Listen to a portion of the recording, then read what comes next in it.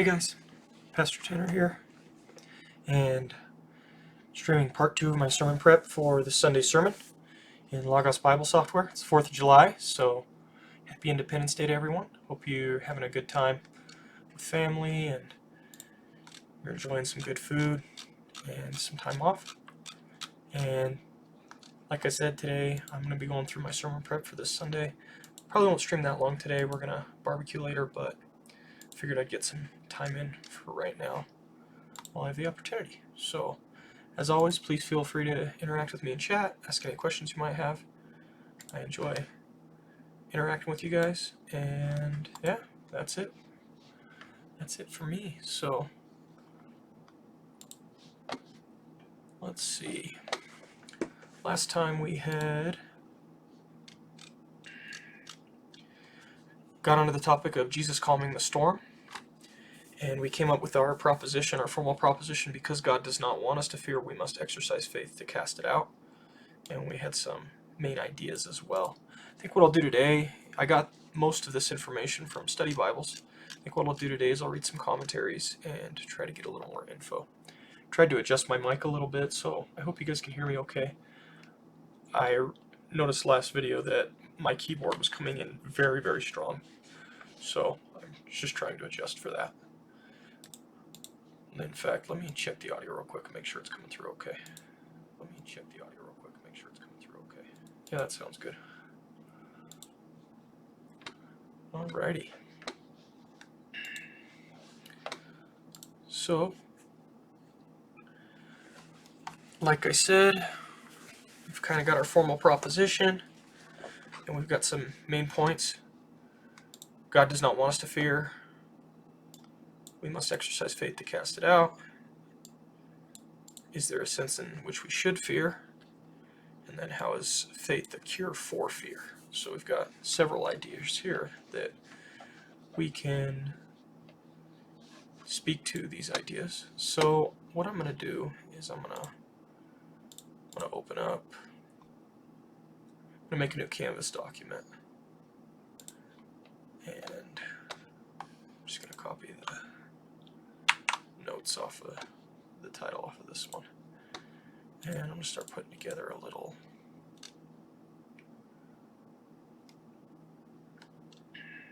a new canvas. No grid. We're now on 35 to 41, I believe.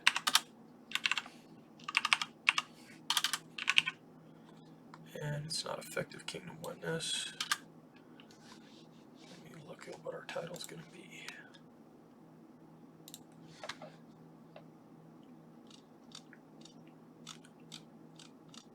Fear and Faith. It's probably a good title.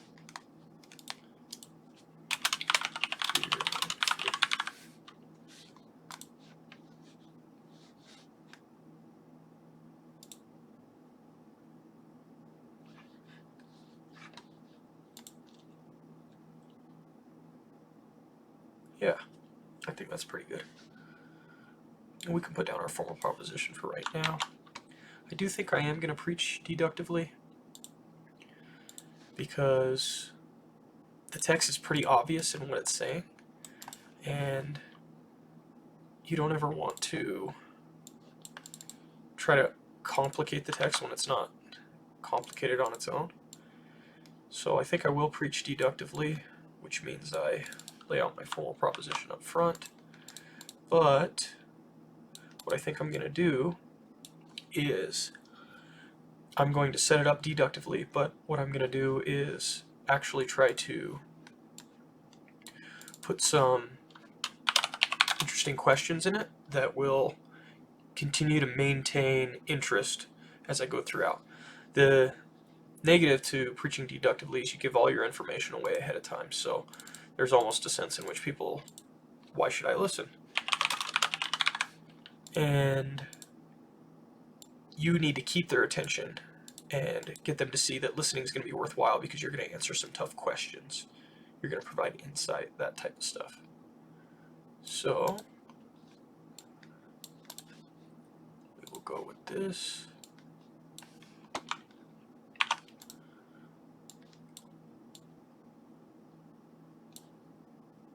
Because God does not want us to fear, we must exercise faith to cast it out.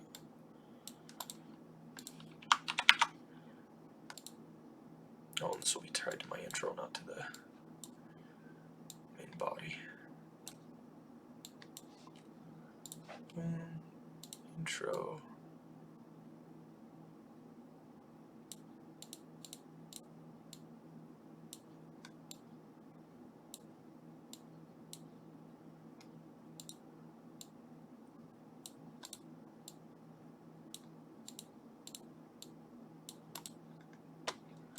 And just make sure I got the right text.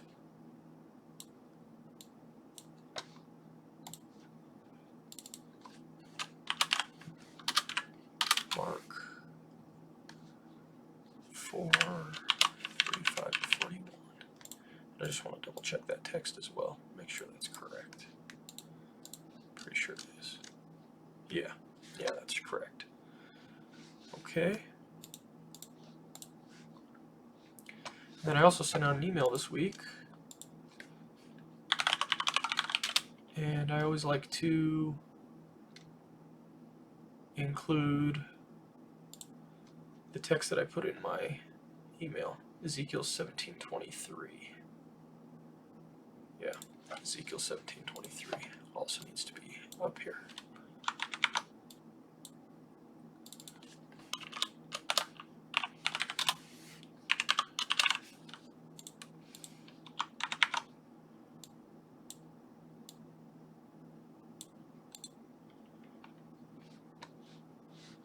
Very good. Very good, very good. Now I have to think of a good intro to tie into faith. Because God does not want us to fear, we must exercise faith to cast it out. So, I'm trying to think.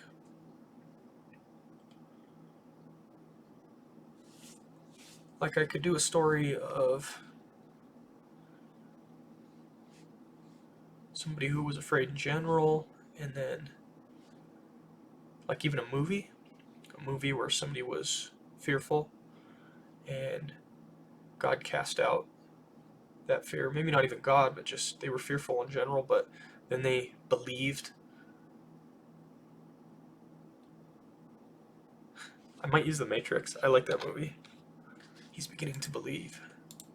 I'm going to do it.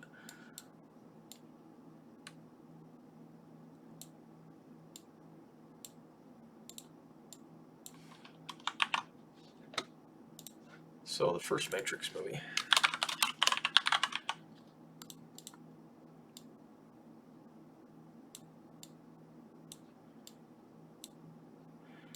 Yeah, and what I'm going to do is I'm going to talk about how everyone runs from the agents. Why? Because they're too powerful, they're too strong, they can't be defeated. All these different things. And then in the climactic scene in the movie, Neo turns around and fights the agents, and somebody even asks what's he's doing, and Lauren Fishburne says he's beginning to believe. Or in fact, I might even pull it up, make sure I got it right. Matrix.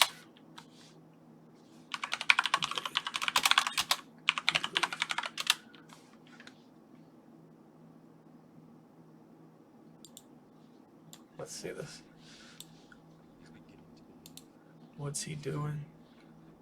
He's beginning to believe. It's good. It's good. So I'll do that. And I think a decent number of people have seen that movie, so I can open with my passages. I can talk about the Matrix in general. And I can also talk about agents. Agents.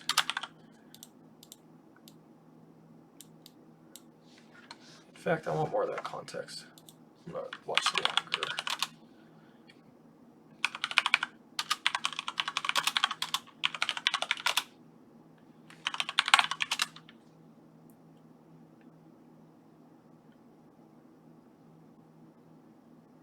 Let's see, this one might do it.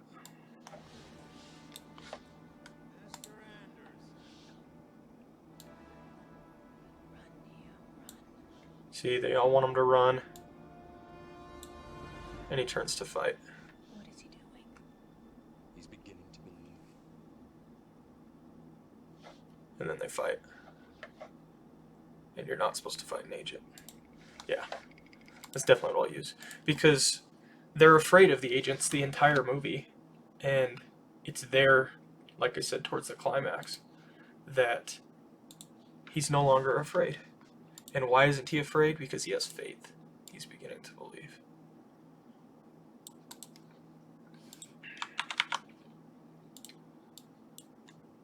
So, talk about Mr. Smith. And Mr. Smith. Agent Smith.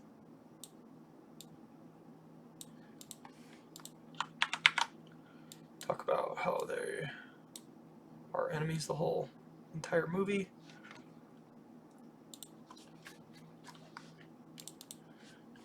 Train, fight, scene, train station.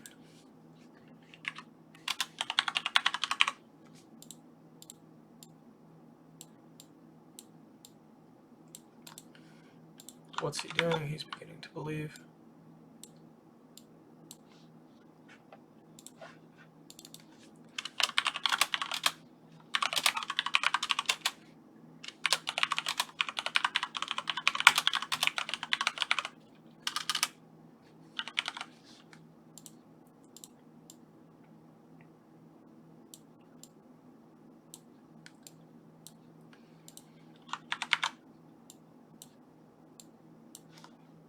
And he no longer has fear because he now has faith.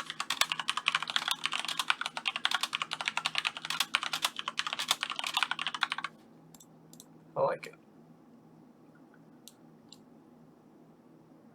It's a good illustration. God doesn't want us to fear either, so we must exercise faith to cast out fear. And that's what our text points towards. Boom. So we got our introduction nailed down. Now we need to look at our main points.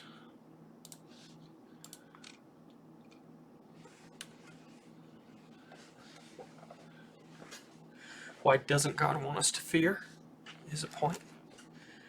Is there a sense in which we should fear? Could be a point. And then how is faith the cure for fear? I like all those. Let's just read the text again and make sure we're not missing something obvious that could be a main point, but I feel like those are decent. That day when evening came, he said to his disciples, "Let us go over to the other side." Leaving the crowd behind, they took him along.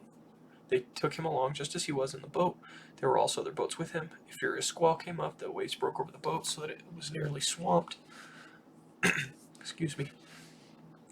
Jesus was in the stern, sleeping on a cushion. The disciples woke him and said, "Teacher, don't you care if we drown?" So this is their fear being exercised. He got up, rebuked the wind and the waves. "Be quiet, be still."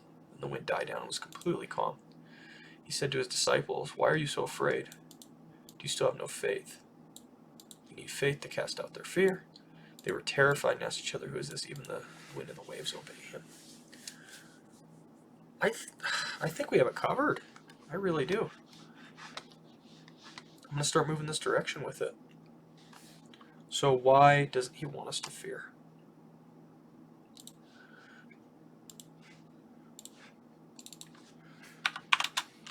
Why doesn't he want us to fear?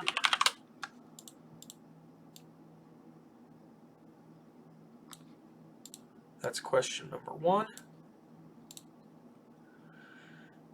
And like I said, because I'm going deductive, and I'm going to be frank, this is kind of a cookie cutter sermon, cookie cutter topic, right? This isn't terribly intriguing or interesting. And so these questions need to be really good. And I need to develop them in such a way as to really keep the audience's attention, because otherwise I'm going to lose them.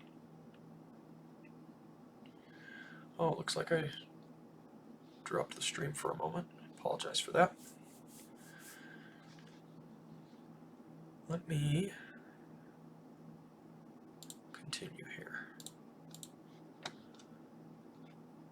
Is there a sense in which we should fear?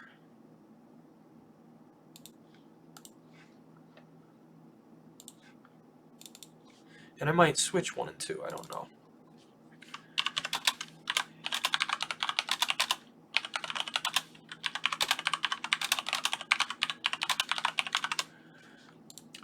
I don't think I want to switch them. The reason I don't is I feel like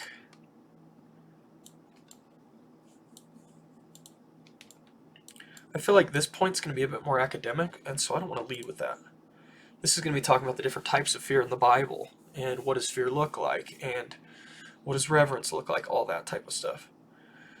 This, instead, is going to really get to the heart of the matter right away with why we should be listening, why it's important. And so I think we should definitely go this direction first, because that will tend to grab people's attention a little more, and then we can go to that one afterwards. And point number 3 is, how is faith the cure? How does faith cure fear?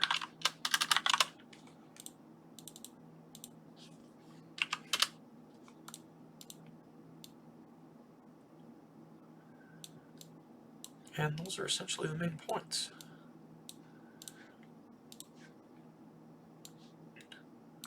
So again, this can be a fairly stereotypical cookie cutter sermon. And that can be okay at times. Not everything's going to be earth-shattering. Sometimes you need to just preach the standard biblical truth as it comes to you. And this happens sometimes. That's all there is to it. So, why doesn't he want us to fear?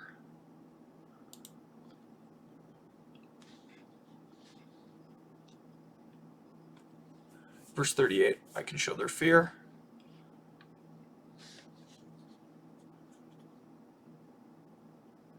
And then verse 40 and 41.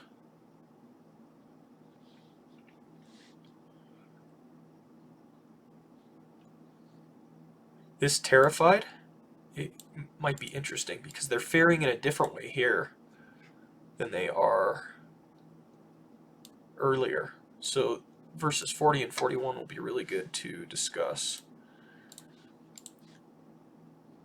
In what sense should we fear? So this will be verses 30, verses 40 and 41. I'll be able to talk about, is there a sense in which we should fear? Because they're terrified, and they're terrified after Jesus calms the storm. So they're not terrified for the same reasons. So that'll be a good preaching point. What about over here? This one was verse 38 and probably 40. Because that's when they run to Jesus terrified, and then he asks them why they're so afraid.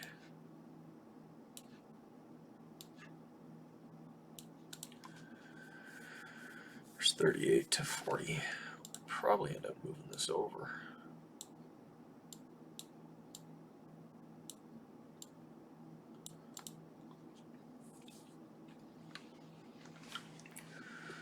So here's where I could do maybe a little research on fear in general. And then here I've already done a little bit of research in my Bible dictionaries on different types of biblical fear. So that's good and helpful. And then here, I'll just be kind of talking about those truths.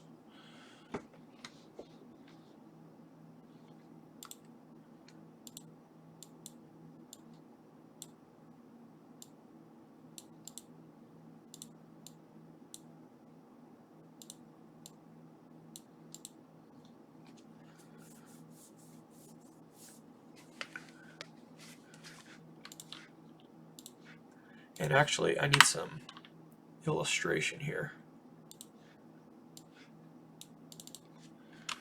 We're all terrified of different things.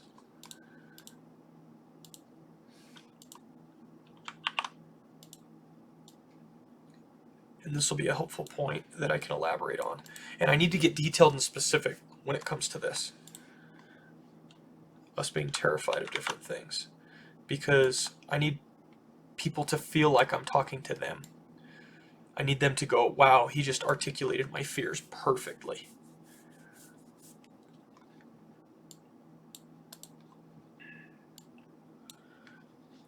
Because that'll draw them in and make them want to listen. So we're all terrified of different things. Why doesn't he want us to fear?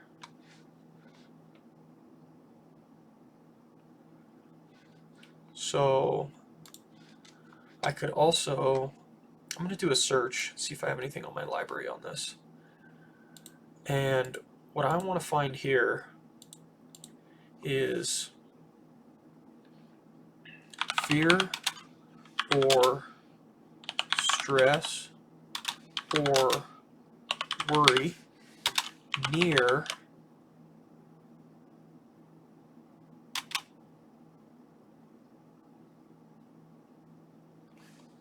fear or stress or worry near. What I want to find is where people talk about the negative impacts. So maybe we'll just start with negative. And so I'm searching my whole library for any of these keywords near this keyword. That's how it should be doing. Right here, dealing with fear, stress, and anxiety in the learning environment. Got a lot of hits.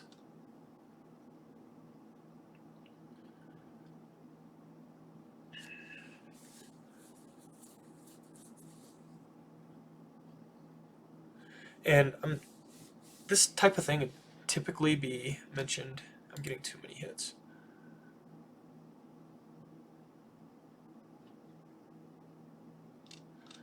Maybe these need to be quotes. So that was 1.6 million. What does this come out to? Yeah, that's not good.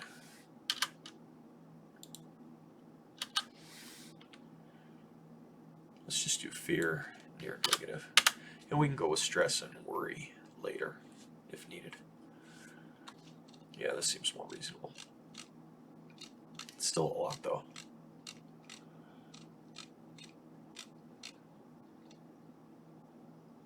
These like journals, for example. One fears that the negative aspect. See, that's not what we're looking for at all. I need to narrow.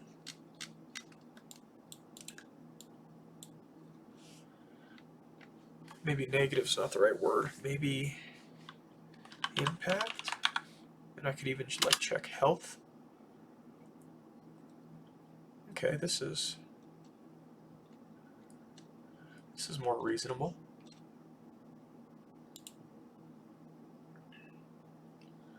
Fear of being impacted. Fear evoked by impact on the sanctuary. Ooh. Generalized anxiety disorder. This will be interesting. One particularly pernicious form of anxiety is described in DSM-V as generalized anxiety disorder. Persons suffer from this disorder experience excessive anxiety and worry about a variety of events and activities. That is, the intensity, duration, and frequency of the worry are out of proportion. The worry is virtually impossible to control, and as a result, there's significant distress. See, this is exactly the sort of thing I'm looking for. Because I'm trying to fill in some of the details on why doesn't he want us to fear? And if I can find some data that shows that fear is really bad for us, then I can use that as a point. Hey, God knows fear is bad for us, and here's some stats on fear and anxiety. And so, what can we do about that?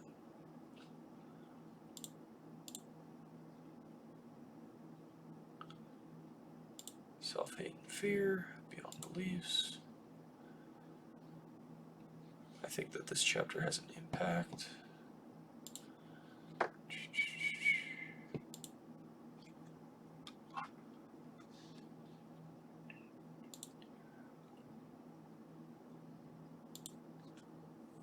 So we'll get there.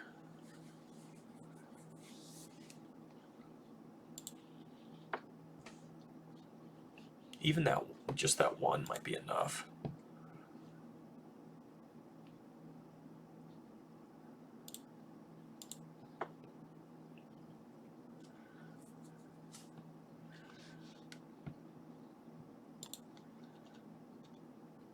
See, they feared that they were going to die, but we fear all sorts of other things.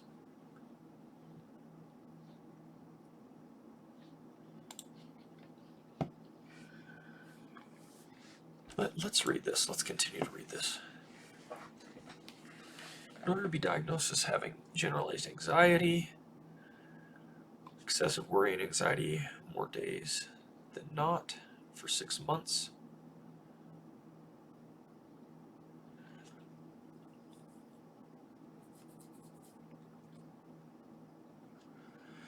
These symptoms are restlessness or feeling keyed up or on edge. So I can put this down.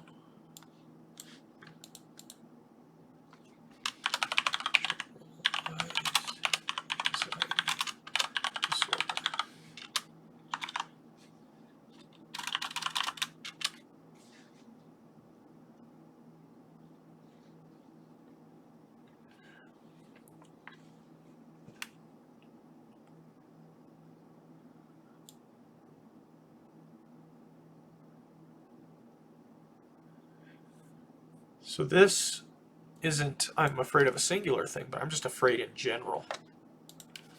So fear in general. That, you know what, that needs to go in my canvas. Fear in general. Generalized anxiety disorder.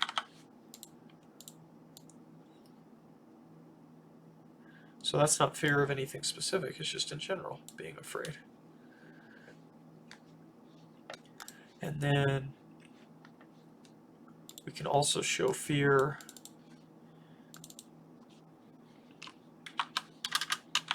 over certain events is another option. So God doesn't want us to fear. And some people just fear in general. They fear all sorts of things. And then some people have specific fears over certain events happening. And need to account for both of those. Let's continue to read about this disorder.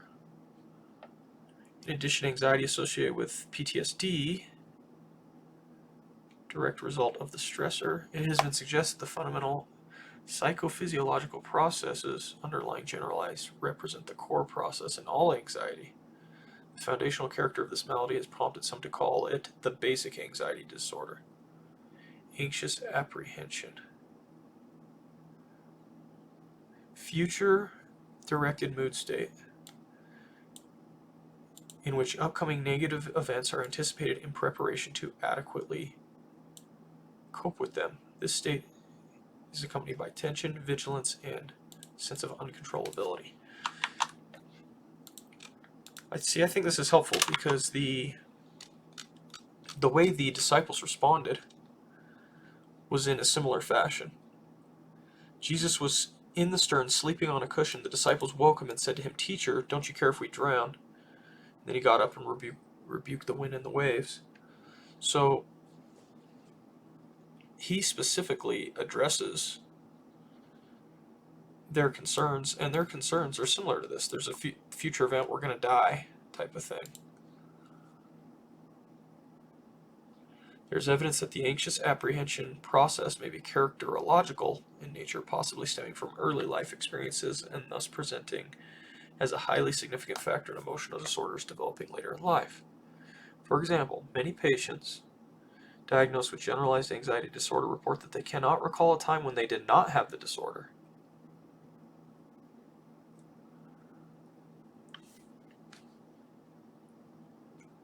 Different systems of therapy advocate differing strategies for dealing with this type of debilitating anxiety.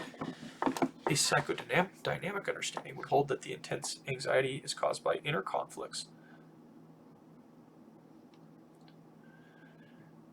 These fears are unconscious and can be triggered.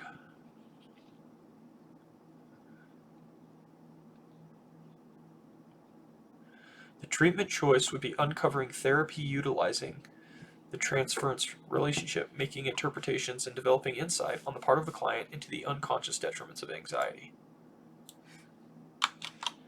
I'm not going to lie, I don't feel like I understand that completely.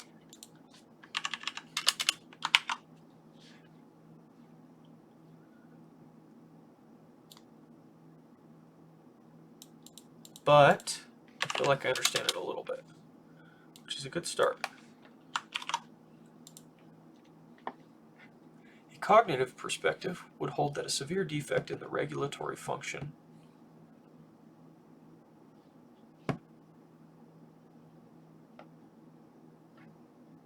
This understanding has sprawled into several cognitive behavior therapy approaches. Cognitive therapy, teaching clients to identify, evaluate, and alter distorted cognitions, such as catastrophic thinking and probability overestimation, worry exposure.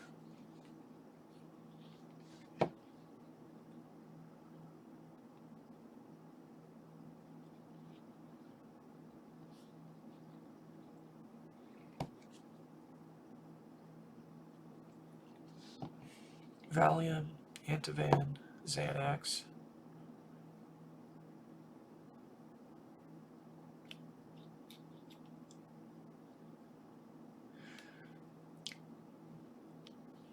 Common for the symptoms to recur soon after the medication has been discontinued. Thus, in no sense can these drugs be considered a cure for the disorder. So this is important.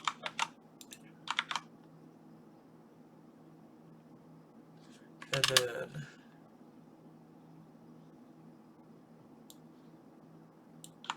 the idea that they're not a cure is also important.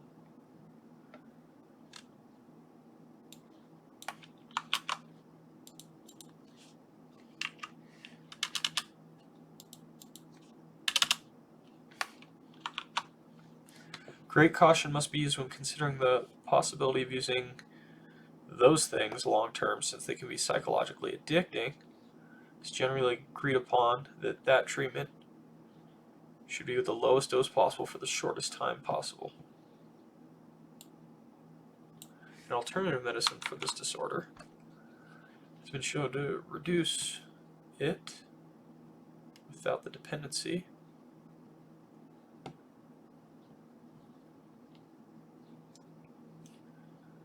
Certain SSRIs like Zoloft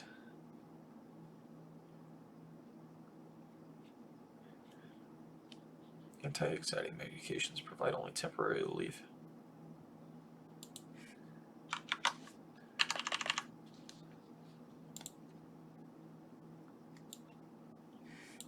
These are all helpful.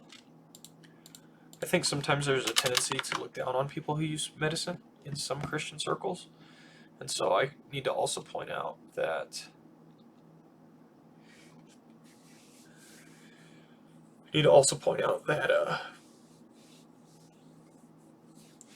Jordan Peterson has a quote where people were asking him about these sorts of drugs that help people when they have anxiety, and somebody asked him about, well, they're not good to use because this, that, and the other. And he said, well, sometimes it's an emergency because you can't help people if they're dead. Because oftentimes these types of feelings can lead to suicidal tendencies. And if you refuse treating somebody with a medication because you're against medication, and then they end up killing themselves, that's not an ideal situation. So that was helpful. I think that this information is going to play really nicely into my first point. Why doesn't he want us to fear?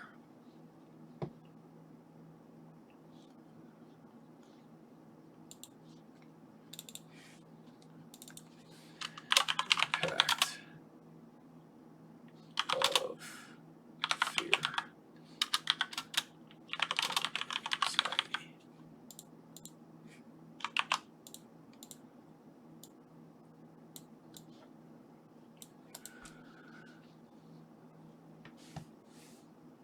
So he doesn't want us to fear because fear affects us physically, negatively. What else do we have here?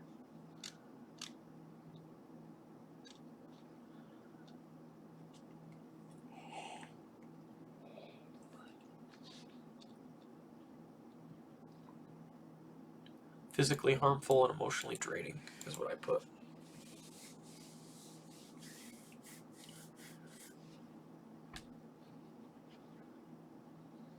Wonder what sense in which I meant fear can be physically harmful. Wonder what I meant when I put that.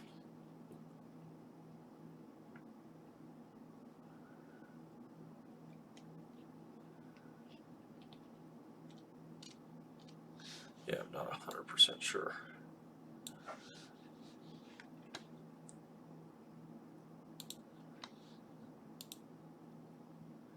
(40 and 41), there is a sense in which we should fear.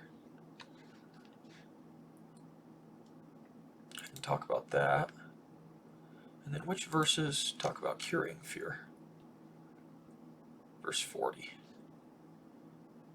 Verse 40 essentially says, why don't you have any faith? So that'll go with this one.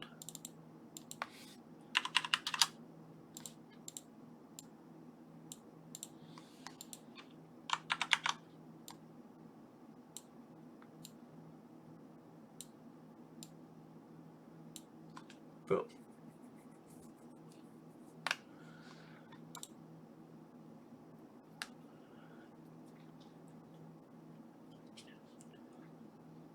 I don't know if I want to keep developing this one yet, or if I want to go into this one.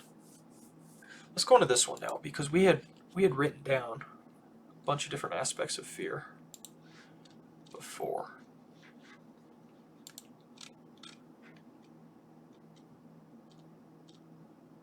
I know I had seen types of fear, 4 categories. Fear for God's actions, threatening forces of nature, death and calamity, actions of other people, warfare or fear of rival nations, eschatological imagery of the end times. To sum up, biblical images of fear cluster around the character and works of God, forces of nature, people and their actions, all this type of stuff. It is important to note that in regard to all these causes of fear, the Bible repeatedly holds out the possibility, sometimes phrased as a command, that those who trust in God are exempt from being afraid. This is going to be an important quote, so I'm going to throw that in. It's going to be in the cast out fear. No, we're not playing Steam. It's going to be right in here.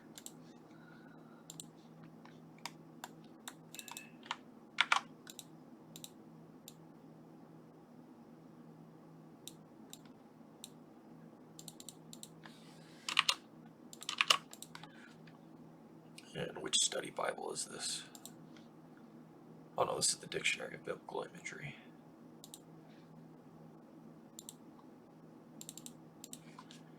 Just put it DBI.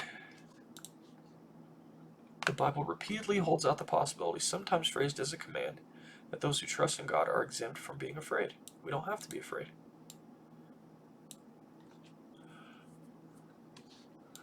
And this is something we need to grapple with, because so many Christians still fear. And you have to manage that well. You can't just be like, oh, you're not a Christian, or oh, you don't have enough faith. You just need to believe more.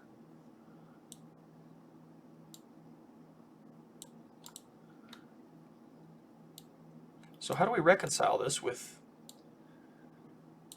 the reality that we see for so many Christians?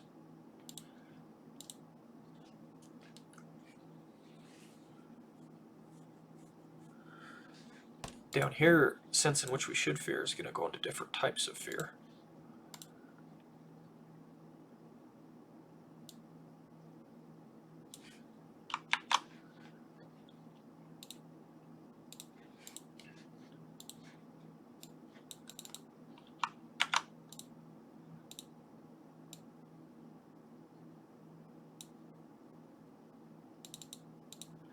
So character and works of God is one.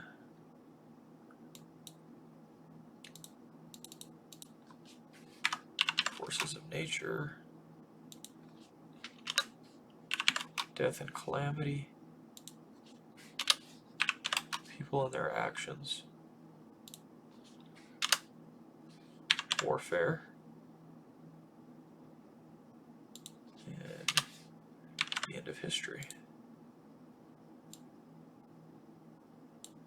These are all the biblical reasons people are afraid.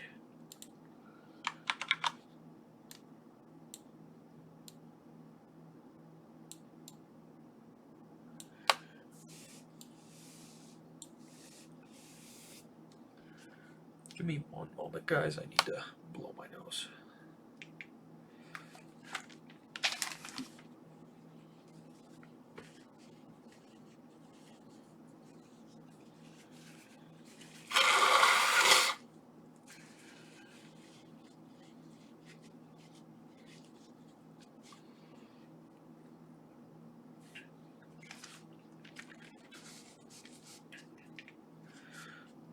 Sorry about that.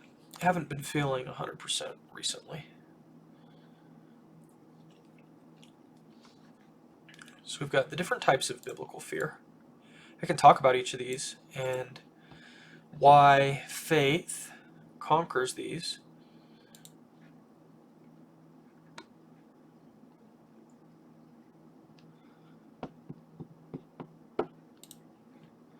And I just need to put a question out here.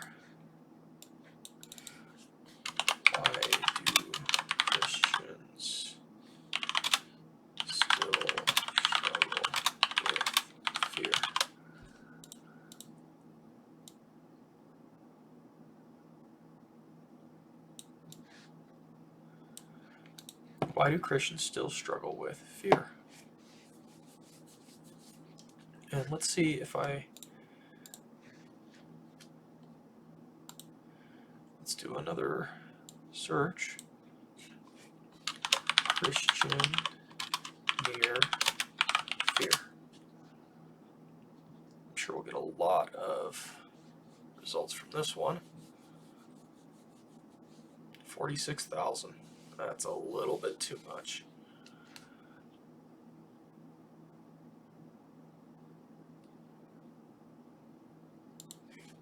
Let's throw another condition in there. Near. Oops.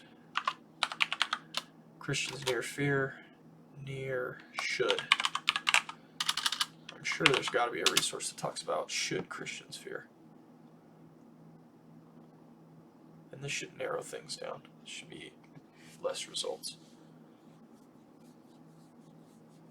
If I get lots and lots of results, I know I'm not doing the search correctly.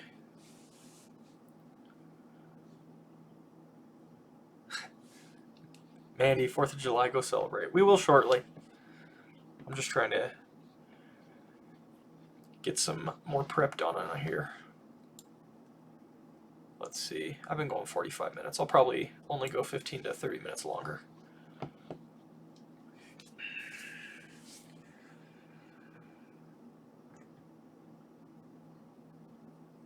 It's thinking.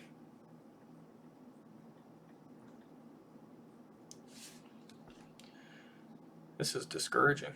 My computer is lightning fast. It should be able to finish this search quickly.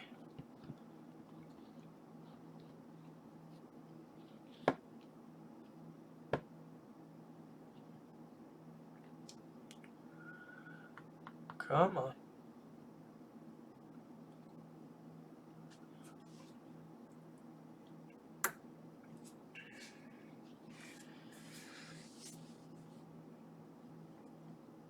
In light of that, I hope you guys are having a good 4th of July and that you're able to celebrate with your families. It's very nice. Very nice opportunity.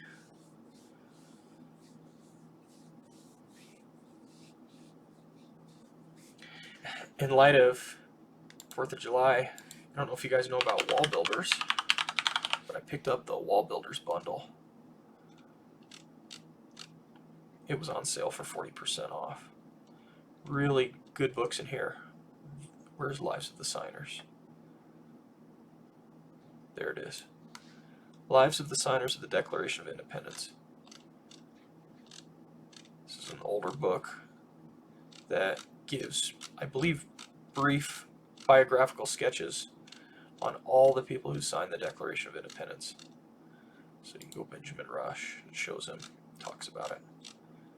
So these are really cool because you often hear the claims that all of the early church, not early church, all of the American founding fathers were deists, and it's just not true. Not true. There were a handful that were deists or maybe had deistic tendencies, but for the most part, committed Christians, nearly all of the founders. Wow, this search is struggling. They never usually take this long.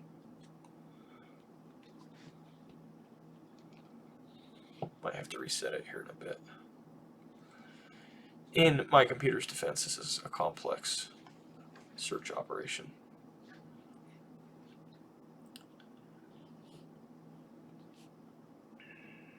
What else do we have? General fears. Again, this is going to be a big important one.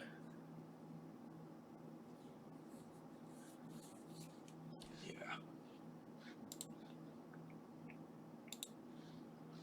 Oh, come on. This should not be taking this long. There's no way.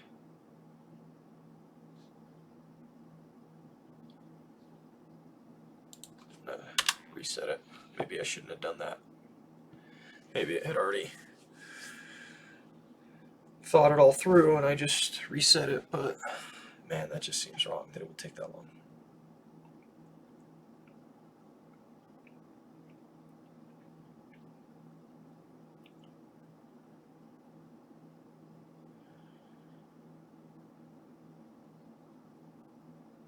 I wonder if my laptop would run the search more quickly.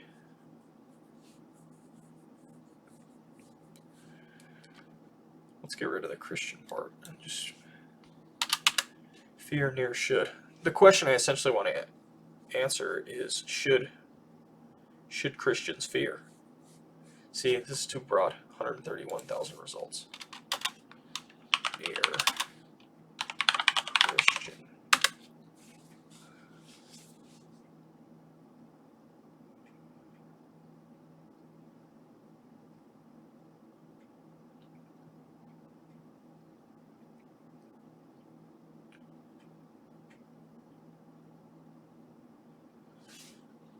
Ooh, this is a good point. Indeed, we encounter more than 200 occasions when a biblical character is said to fear or be afraid.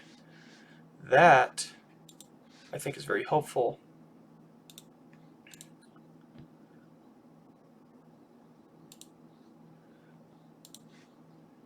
To show people that it's normal.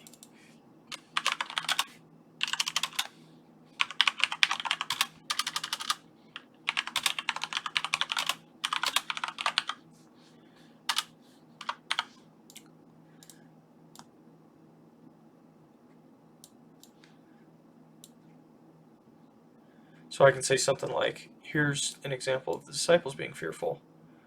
And in fact, biblically speaking, this is a very common thing for human beings.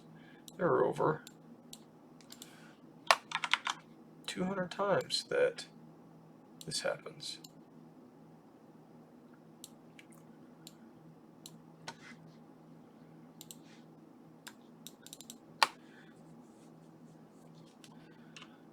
Common biblical concept. And we're also going to have to deal with the concept of faith a little bit too. that's going to be the antidote, right? I'll kind of need to tell people what is faith. What does faith look like? We'll need to go into those things. Guys, I apologize for this going on. That just blows my mind. I've done threefold operators like this before, and they seem to search just fine. Maybe I'll leave it going in the background while I continue to look at stuff here.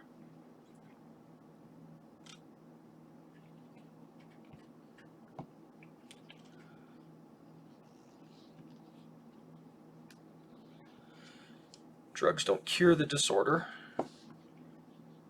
They simply help.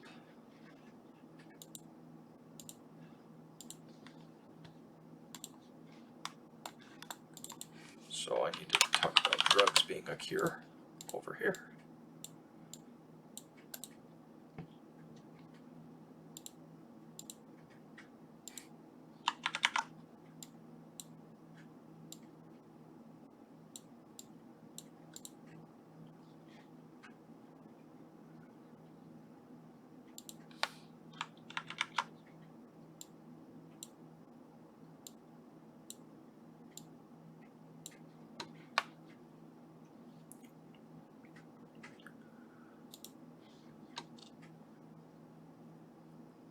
Valium, Xanax, Zoloft.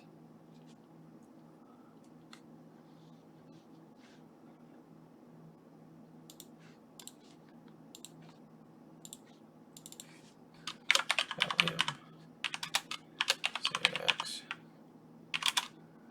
Zoloft.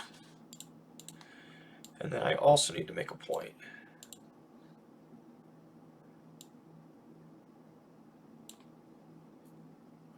Of mentioning Jordan Peterson.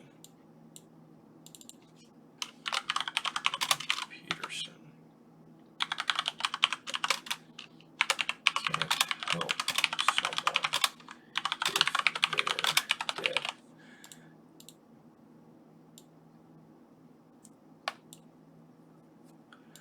That's a really good point, because again, I think we tend to demonize medications in Christian circles.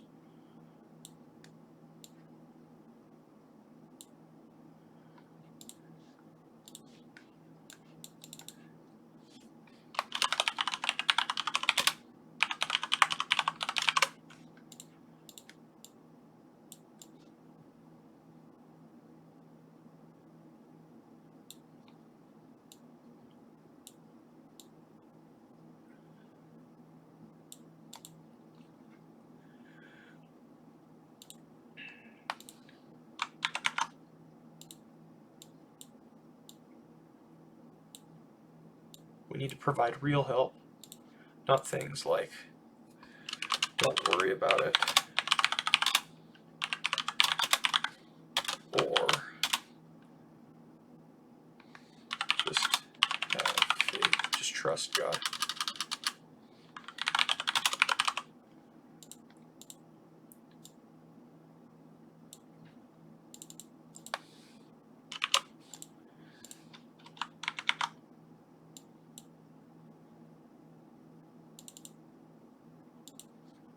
We need to provide real help.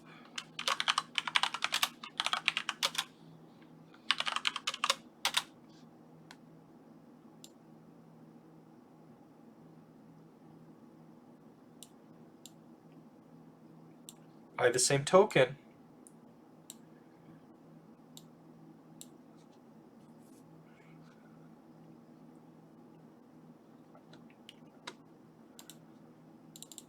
we must recognize what Scripture says.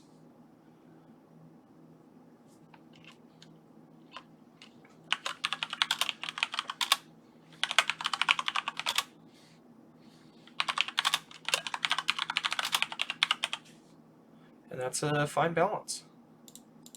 Very, very fine balance to try and walk.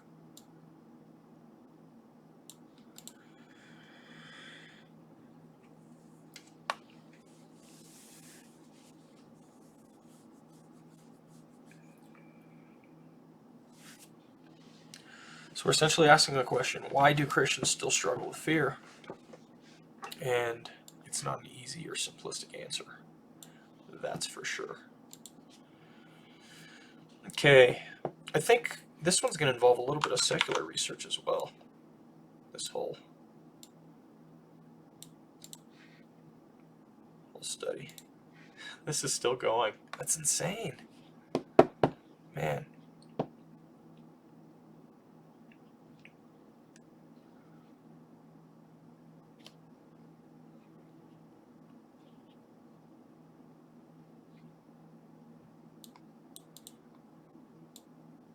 Let's try within 5 words. Because I think near uses like a 15-word operator, so it's just 5 words. It's just really going to town.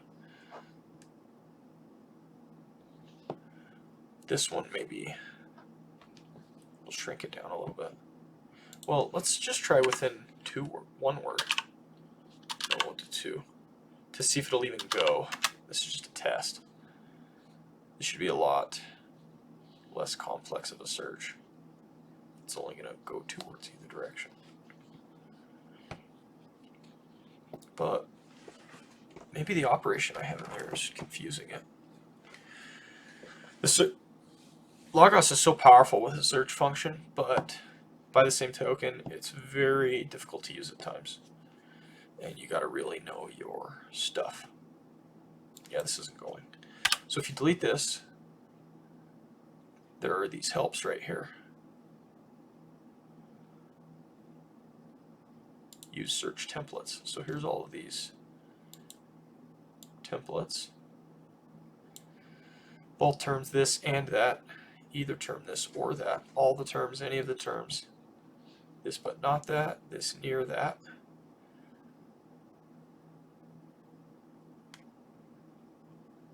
Related terms near each other.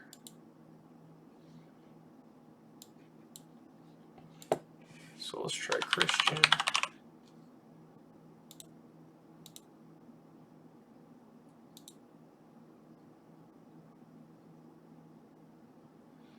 Fear.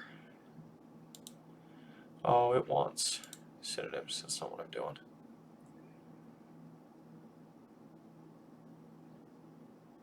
This near that. Let's try this. Find articles / verses that contain both terms in close proximity. Pro tips. Use near instead of and to exclude results where terms aren't close together. Use near instead of and to exclude results. To get more precise by using within and specify the max number of words within 2 words. See here, it doesn't even want me to put in 3 of them. I've done it before though, I know I have. Christian.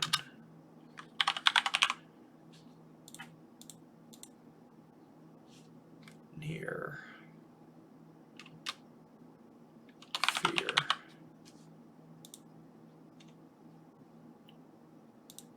Yeah, see, it's just doing what I had.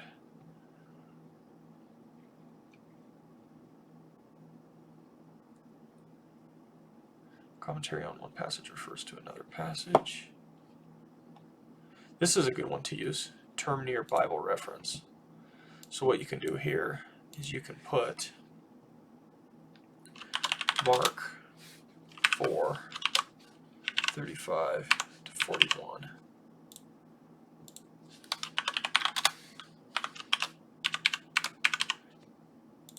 And we can do that near fear. That's probably going to get a lot of results. Let's go should, because the passage is already about fear. Okay, that's a small amount of results there. Let's turn off the help.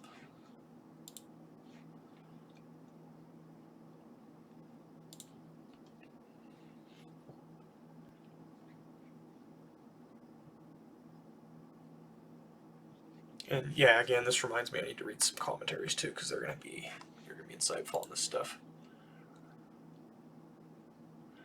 Always check if you get grammar results. Always check them. These can be some of the most insightful, because usually, if it's in a grammar, usually it's exemplary of some sort of Greek or Hebrew principle, how it's being used. And so that can be very, very helpful. See, this one's not. He said to them, let's go over to the other side, talking about the hortatory subjunctive. But man, I have found some keen insights in grammars before. Bulletin for Biblical Research, Volume 2. Thus we remember fear is one. This looks like it might be helpful.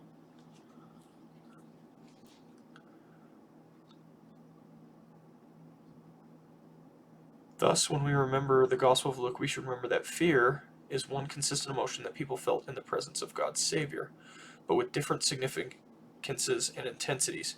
Anywhere from this is relevant. What is this called? Fear as a witness to Jesus in Luke's Gospel. So he's talking about Luke, but I mean, this could be relevant for Mark. Fear is a key concept. These 7 word families occur 55 times, 35 times, 36, 13. Each gospel notes the marvel and fear surrounding Jesus' life. However, Luke has the most references to phobos and thaumazo.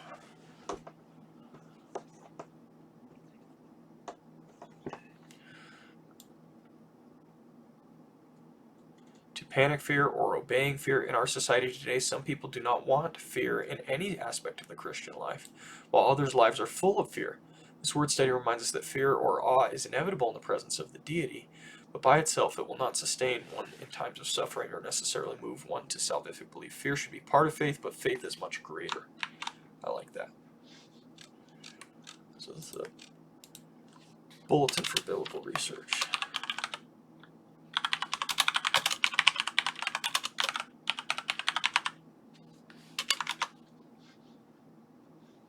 Nice.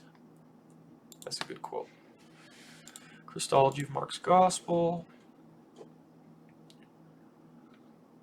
Should be noted.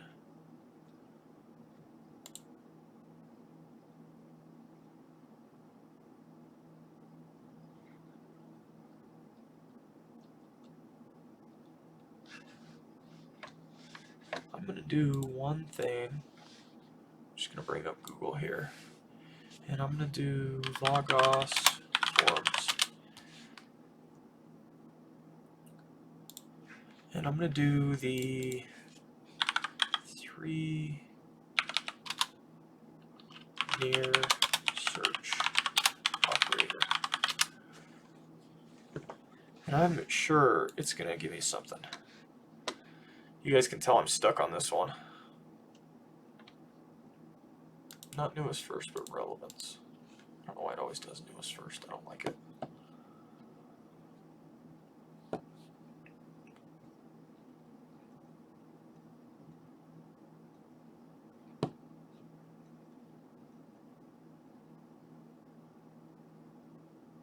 Search operator and. Is there a way to limit the and search outside the biblical text? You should try proximity operators instead of Boolean. It's also helpful to understand the ranges.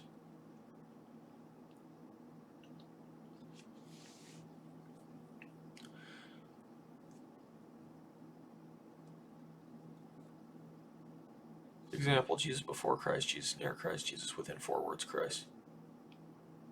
You can't use proximity operators in combination with logical operators.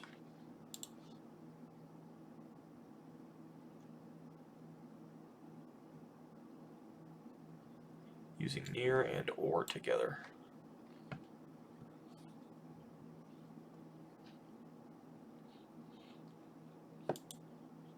Somebody points here.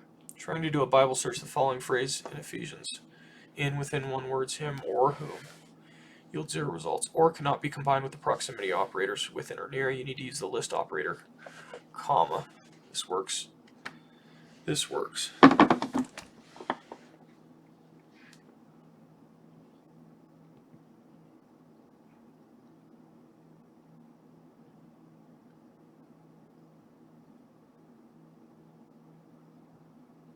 So that's helpful. So they're saying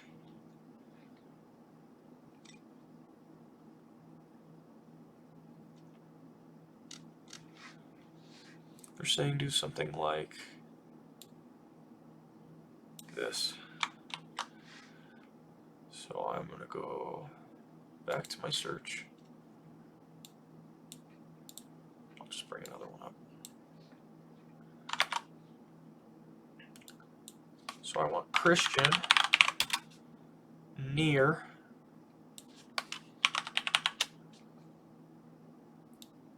should or fear. This should return a lot, which isn't necessarily good.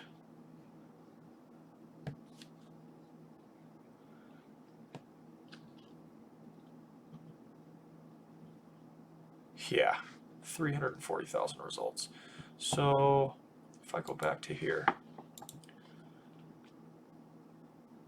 he was trying to do an or.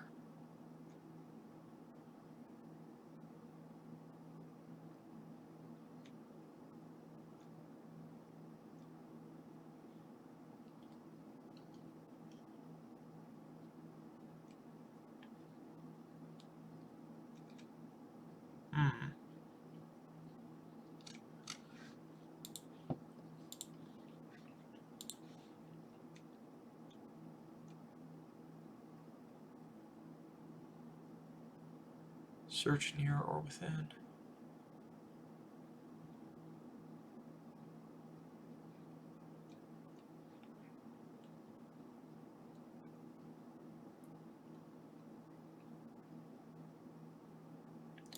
Using and. If or didn't work, and probably won't work.